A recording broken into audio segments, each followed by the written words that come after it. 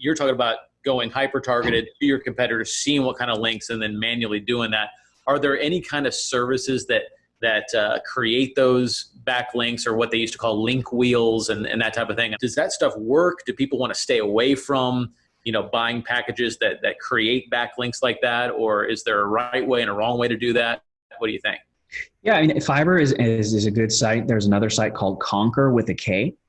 There's another site called Legit, LEGITT.com. So these are 3 sites that do exactly what you're saying. You can create pay for link packages. Now, what I typically do is if I want to look at link building that is very rote and very mundane, things that are traditional that have worked in the past, like directory submissions to what are called citation sites.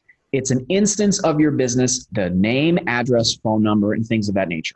This is old school link building. It's been around forever, and it will be around forever because Google says, hey, there's a consistency of your name, address, phone number, URL on all these localized directories like City Search or your Google My Business page. So you can go to these kinds of platforms, and for a couple $100, a guy will do a submission. They'll take all your data from your Google My Business account and they'll submit it to 300 sites, and it costs you $300 or $400. Those kinds of forms of link building are great because it's traditional, it's old school Google. You can submit the same information to a huge database of sites and it builds consistency. You can do the same thing in the real estate industry. You're dealing a lot with images, right? Infographics, you're doing video tours. You could take those same exact resources and go and find somebody who does video-based submissions on Fiverr, or image-based submissions where they create a user profile that's non-branded, that could be like, real estate guy or whatever. And now you have this person creating 10 profiles on 10 video distribution sites like Vimeo, Rever, YouTube, things of that nature.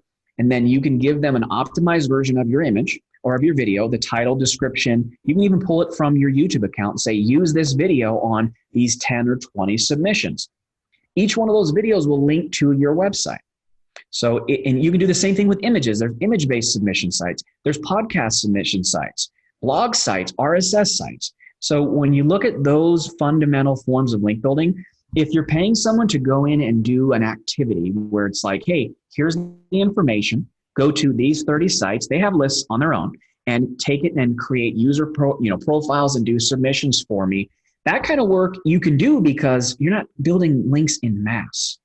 And the costs are really, really low to do those forms of link building, and they're traditional.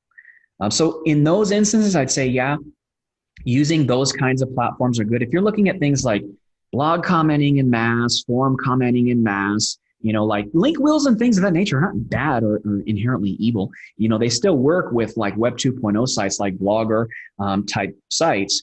You just want to be able to make sure that whatever you're doing, you're not getting too crazy from a link building standpoint. If you can emulate, like for instance, if you and I would have to go out and do one submission 300 times, it'd be mind-numbing. Yeah. And if you pay a virtual assistant or somebody like at one of those sites that I mentioned, it's going to cost you a low amount of money, and you may build 50, 60, 70 backlinks. You're not going to throw up any red flags with Google. You're not going to get penalized.